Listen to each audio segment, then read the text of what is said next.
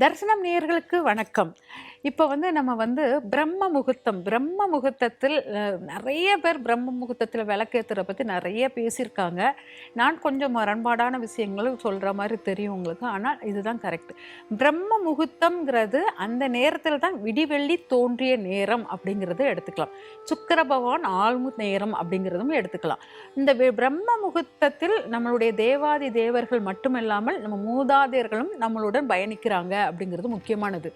இப்போ பிரம்ம முகூர்த்தத்தில் எல்லா தேவர்களும் அந்த வானுலகத்தில் அப்படியே வராங்க. வந்து நம்ம பார்க்குற செயல்கள், சொல்லும் செயல்கள் அனைத்தும் பிளெஸ்ஸிங்ஸாக மாறட்டும் அப்படி சொல்லிட்டு போவாங்க. இது நம்மளுக்கு அற்புதமான ஒரு மாற்றத்தை கொடுக்கக்கூடிய ஒரு நேரம் அப்படிங்கிறத எடுத்துக்கலாம். அதிகாலை பிரம்ம முகூர்த்தத்தில் எந்திரிச்சு படிக்கிற குழந்தைங்களுக்கு அவ்வளவு அற்புத சக்தியாக கொடுக்கக்கூடியது. பிரம்ம முகூர்த்தத்தில் நம்ம மூதாதையர்கள் தேவாதி தேவர்கள் ஆகாயத்து வழியாக நம்மளை பார்த்துட்டே போய் ப்ளஸ் பண்ணிட்டு போகிறாங்க. நம்ம மூதாதையர்கள் எங்கே இருப்பாங்கன்னு பார்த்தீங்கன்னா நீரில் இருப்பார்கள், நம்ம குடிக்கிற தண்ணியில் இருப்பாங்க, நம்ம பயன்படுத்துகிற நீரில் இருப்பாங்க.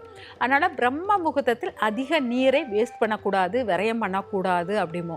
ஏன்னா நம்ம தண்ணி அவங்க இருந்து நம்மளுக்கு ப்ளஸ் பண்ணுற இடத்துல இருக்கும்போது அந்த தண்ணியை நிறைய விரயம் பண்ணும்போது அது நம்மளுக்கு ப்ளஸ்டாக மாறாது, அவங்கள வெளியே அனுப்புகிற மாதிரி ஆயிரும், அவங்க அப்படியே வெளியில் ஓடிடுவாங்க. அதனால் அந்த பிரம்ம முகூர்த்தத்தில் அதிக நீர்களை விரயம் பண்ணக்கூடாது அப்படிங்கிறது முக்கியமாக தெரிஞ்சுக்கணும். அதுக்கப்புறம் பார்த்தீங்கன்னா பிரம்ம முகூர்த்தத்தில் நம்ம முகத்தை கை கால் அலம்பிட்டு ஒரு விளக்கு ஏற்றிட்டு ஒரு தியான முறையில் நீங்கள் என்ன கற்பனை பண்ணுறீங்களோ, என்ன கனவு காண்கிறீங்களோ அது ஃபுல்லாகவே பிரம்ம முகூர்த்தத்தில் ஆக்டிவேட் ஆகும், பிளெஸ்ஸிங்ஸாகவே மாறும் அப்படிங்கிறது முக்கியமானது. இது பார்த்தீங்கன்னா மத தலைவர்கள், முக்கியமாக சன்னியாசிகள், சாது சன்னியாசிகள், குருமார்கள் இவங்கள்லாம் இந்த பிரம்ம முகூர்த்தத்தை ரொம்ப அக்யூரேட்டாக எடுத்து பண்ணுவாங்க அப்படிங்கிறது முக்கியமானதாக இருக்கும். அதே போல் படிக்கிற குழந்தைங்க இந்த பிரம்ம முகூர்த்தத்தை நல்லா ஆக்டிவேட் பண்ணிங்கன்னா படிப்பில் சிறந்த மாணவர்களாக நீங்கள் என்ன படிக்கிறீங்களோ அதெல்லாம் நல்லபடியாக நடக்கும்னு சொல்லிட்டு ஒரு ஆசீர்வாதம் பண்ணிட்டு போவாங்க. வெறும் தேவர்கள் மட்டும் கிடையாது, என்னுடைய மூதாதையர்களும் ஆசீர்வாதம் பண்ணுவாங்க, உங்களுடைய மூதாதையர்களும் ஆசீர்வாதம் பண்ணுவாங்க. அனைத்து ஜீவராசிகளும் அந்த இடத்துல பயங்கர பிரிஸ்காக எனர்ஜியாக இருக்கும். பார்த்தீங்கன்னா இந்த பிரம்ம முகூர்த்தத்தில் தான் பார்த்தீங்கன்னா நிறைய பறவைகளுடைய ரிங்கார சவுண்டுகள், முதல்ல நம்மளுக்கு கேட்குற சத்தங்கள் தான் நம்மளுடைய அன்றைய பொழுதை நிர்ணயம் பண்ணும். முதல்ல கேட்குற சவுண்டு பறவைகள் சத்தம் நம்மளுடைய மகாலட்சுமி அம்சத்துக்குரியது. பறவைகள் இருக்கிற இடத்தில் ஃபுல்லாக நம்மளுடைய மகாலட்சுமி இருப்பா அப்படிங்கிறது முக்கியமானது. அந்த மகாலட்சுமி அம்சத்துக்குரிய அந்த பறவைகள் பிரம்ம முகூர்த்தத்தில் பார்த்தீங்கன்னா ஓசைகள் கொடுக்க ஆரம்பிக்கும். அந்த ஓசைக்கு அப்புறம் தான் கோழி கூவுறதுலேருந்து, சேவல் கூவுறதுலேருந்து, பசுமாடுலேருந்து எல்லாமே அப்படியே கொஞ்சம் கொஞ்சமாக நகர்ந்து வருவாங்க அவங்கவுங்க உணவுகளை தேடி அப்படிங்கிறத எடுத்துக்கலாம். அப்போ முதலில் தோன்றிய அந்த பிரம்ம முகூர்த்தத்தில் அந்த பறவைகள் ரிங்காரத்தை யார் கேட்குறாங்களோ அவங்களுக்கு அவ்வளோ பவர்ஃபுல்லான ஒரு விஷயம். அது மட்டும் இல்லாமல் அந்த பிரம்ம முகூர்த்தத்தில் சுக்கிரன் விடிவெளி தோன்றும் நேரம் அப்படிங்கிறத எடுத்துக்கலாம். இந்த விடிவெளி பார்த்திங்கன்னா சூரியன் உதயத்துக்கு முன்னால் தோன்றக்கூடிய ஒளியின் தன்மை அப்படிங்கிறது. நம்ம ஒளி அப்படிங்கிற ரெண்டு ஒளியும் நம்ம கேட்கணும். பறவைகளுடைய ஓசையும் கேட்டாச்சு, அப்போ நம்ம பார்க்கக்கூடிய அந்த லைட்டிங்குடைய பவரு நம்மளுக்கு வேணும். அப்போ அந்த பிரம்ம முகூர்த்தத்தில் வான் அளவில் போய் நின்று அங்கே இந்த விடிவெளி கிட்ட சுக்கிரன்கிற மாயையை நம் கைவசம் எடுப்பது இந்த பிரம்ம முகூர்த்தம் தான். அந்த மாயை கிட்ட அந்த விடிவெளி வெளிச்சத்தில் நீங்கள் என்ன கோரிக்கை வைக்கிறீங்களோ அந்த கோரிக்கை நடக்கும் அப்படிங்கிறத எடுத்துக்கலாம்.